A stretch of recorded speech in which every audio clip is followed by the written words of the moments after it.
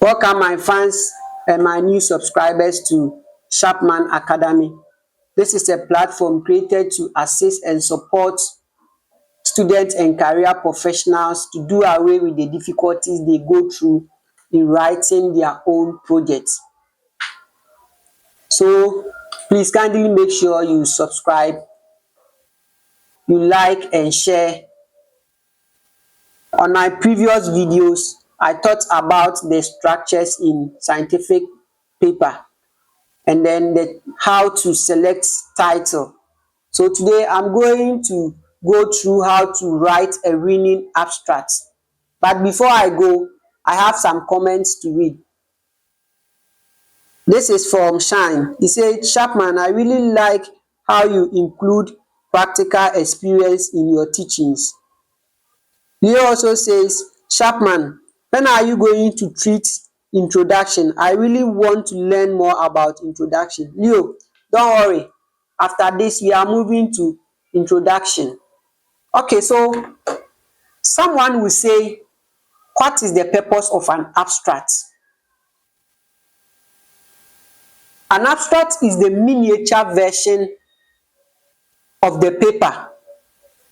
So abstract provide the mini version of the paper.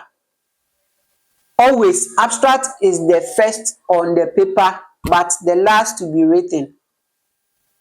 An abstract is less than 300 words. Any abstract more than 300 words is a chaos.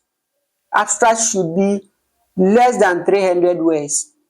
Provide a mini version, a summary version of the entire project work or the study that you conducted. And then the abstract provides summary to the main sections of the paper. You know, in my previous video, I talked about the sections in scientific writing.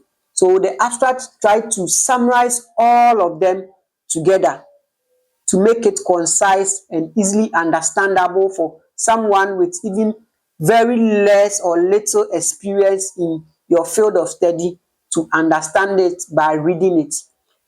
And then the abstract also states the purpose of your study. So upon reading your abstract, someone without any experience should be able to understand the purpose of your study. They should understand the purpose of your study. So if you are writing on health, if you are writing on galamsey, impact of galamsey on health, if you are writing on AI usage, if you are writing on history, anything at all that you are writing on it, upon reading your abstract, everybody who gets access to your abstract should be able to understand it, should be able to know what you are writing about. And then also the abstract should provide the key findings to the study. The abstract should provide it.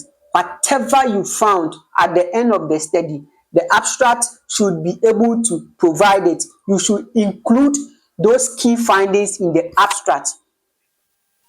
And then the abstract should be able to state the impact of your study. It should state the impact. So why your study is of importance to the community. How is your study influencing the people? Your abstract should be able to state it. It should be able to provide the blueprint. And then the abstract should be able to tell everything in the study in a short and concise form.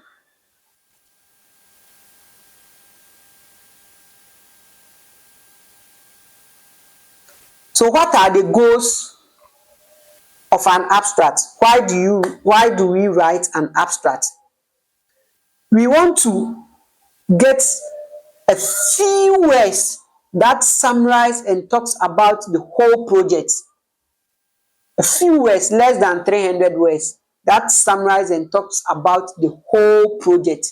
So that is one of the goals in writing an abstract, because you write an abstract to make people who do not have enough time to go over the whole project to be able to understand what our study is. And then also we also present our abstract to policy implementers.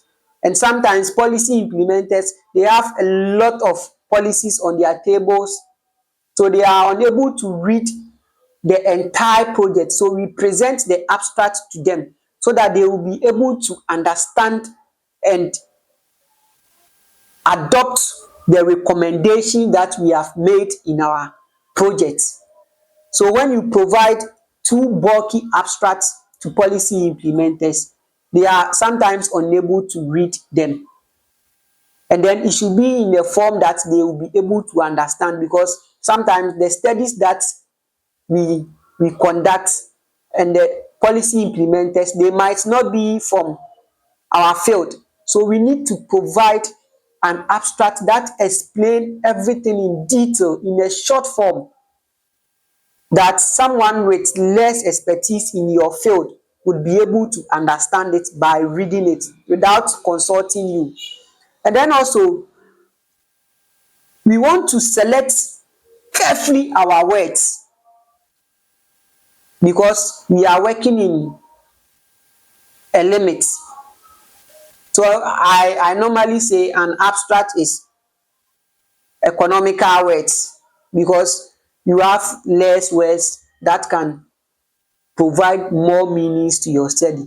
So you need to be very economical with your words that you choose. So selecting your words carefully, you need to select words that give more meanings to your study, that give more meanings to a lot of the points that you've jotted in your study. And then also, your abstract should be clear and significant. You should go straight to the point. Upon reading it, everybody should understand it without stressing themselves. So it should be clear and significant. And then provide only key points. Provide only key points. Just leave those explanatory points in the main work. Please leave the explanatory points in the main work and provide only the key points in the abstract, because we are working with a word limit and we want to make our abstract as easy as possible for everybody to read and understand it. So that is the main goal of our studies. That is the main goal of an abstract. Present the key points. There are some pitfalls in abstract.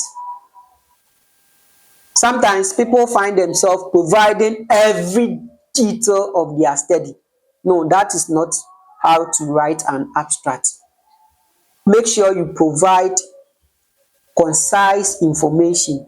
Don't provide every detail, just provide the key informations. Then you leave the explanatory informations in the main project, that anybody who wants to get more meanings to that can refer to your main project and get it. So please make sure not to include every detail of your work, that how you went about your pre-testing, how you did your data collection, how you design your instrument, how you did your analysis plan, how you were able to achieve your confidence intervals, how you were able to determine your outcome variables. You don't include them. You just summarize them. Give a brief account in the abstract. So if anybody wants to get a detailed information, or they also want to adopt your study methods, they can visit your main work and get them. And then also, avoid the use of jargons and references. Avoid the use of jargons and references. In writing abstract, we don't include references there. We reserve the references in the main work, that if anybody wants to clarify something, they can visit the main work and get the necessary references and materials that were used in the study. So you leave your references for the main work and you avoid the use of jargons. Then also, You should be able to make sure that in writing an abstract, we don't include tables and figures. We don't include tables and figures in writing abstracts. What do I mean by tables? So the tables can be the social demographic characteristics of the participants, the data collection instruments that were used, and all other tables that are included in the study. We don't provide them in the abstract. We leave them in the main work, because we want to make our abstract as easy as possible for everybody to read and understand it. We want to make it very concise, and we are also working within a word limit.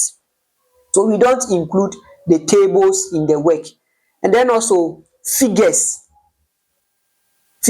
like your pie chart, your histogram, your scatter plot, your maps, your pictorials. We don't include them in the abstract. They are not included in the abstract. We leave them either in the appendices or in the result based on your study, how your study is about. So please, we don't include these things in the abstract. Make sure that you do away with it. So this is an example of an abstract. This is a study that we conducted in the Asante Mampo Municipal Hospital. So we've been able to publish this study successfully. It was published on BMC Public Health. So I decided to use this as an example for us to go through, so that we can have a fair idea about what an abstract look like. So these are the components of an abstract. So we have the background or the introduction, the aim, methods, results, and conclusion. So this together forms the abstract. So anything, when you see anything aside this, that is not an abstract. So in the introduction, we try to summarize everything, because writing a full project, you can get as many as pages. You can get a lot of pages. So you need to summarize them in a concise form. That will be very easy for everybody to read and understand it. Then when you come to the aim, you just go straight forward. So the study aimed to determine the viral load suppression among HIV patients on antiretroviral therapy from 2019 to 2023 in the Asante Mampo Municipal Hospital. As simple as that. Here is not the place to say we did this, we did that. No, you just go straight to the point.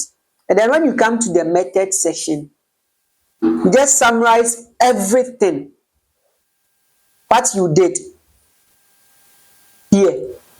So here, the study, we adopted a retrospective hospital-based cross-sectional study. And then the study was among 842 patients who are on antiretroviral therapy. Stata was used for the analysis. So Stata was the statistical software that was used in analyzing the data. Then you talk about how your data was presented. So we use descriptive and then inferential statistics to present our data. Then you talk about how you came about getting the factors, your statistical significance, how you were able to determine them. So the Pearson value of less than 0.05 and 95% confidence interval was used as we ran the logistic regression analysis. So when you come to the results, where you will present the result based on your study objective. So we were looking at 3 objectives. That is viral load suppression, and then the trends in the suppression, then also the factors that influence the viral load suppression. So we found out that Viral load suppression was 78.6. And then these are the trends from 2019 to 2023. And then also, when you come to the third objective, we found out that age and consistently using ART was also a factor that influenced viral load suppression. So these are the two main factors that we found out that they influence viral load suppression. So we found a lot of factors, but these are the two main factors that was statistically significant. That's why we brought them here. So all the other factors, if anybody want to review those factors, they can get the main work and then they will have access to the various factors that influence viral load suppression. We did this to make our abstract concise and precise.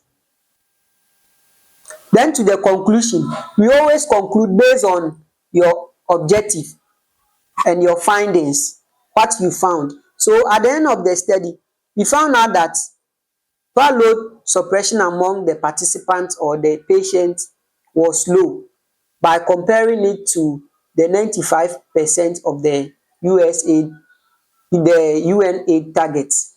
That is to end HIV by the year 2030. So the third target of the UN aid is to make sure that 95% of the people on antiretroviral therapy are being suppressed. And then we found out that there are some factors, that is age and continuous use of antiretroviral therapy is a factor that influence viral load suppression. Then we just include it in a short and concise form. Then we come to the last sentence, which is the impact of our study. So at the end of the study, what is the impact? Like I said, the abstract presents the impact of the study. So at the end of the day, when you deliver your abstract to any policy implementer, you should provide them the blueprint that they should follow. So in our abstract, we found out that factors like age and clients being able to be on antiretroviral therapy for a long time can influence viral load suppression. Our impact of the study states that health promotion activities are needed for people who have been virally suppressed to maintain and achieve a lifetime undetectable viral load. And the health promotion activity should target younger age group. So this is the impact of our study. So at the end of the study, this is what we recommended, that health promotion activity should be intensified. And then as intensifying the health promotion activity, it should target the younger age group. Because when we did the analysis, we found out that most of the people who were not able to achieve viral load suppression are within the younger age group. So the intervention should target them so that by the end of 2030, we will achieve the 95 target of the UN aid. So this is how an abstract should be like. As simple as that, it should be concise, it should be precise, it should be straightforward. It should be straightforward that someone with less expertise or less experience in your field of study should be able to understand it. And then the word summary is 291. So this abstract is not even up to 300 words. So this is how an abstract should be like. Please, thank you for being with me. This is Sharpman Academy. Thank you for being with me. Share, like and subscribe to my channel.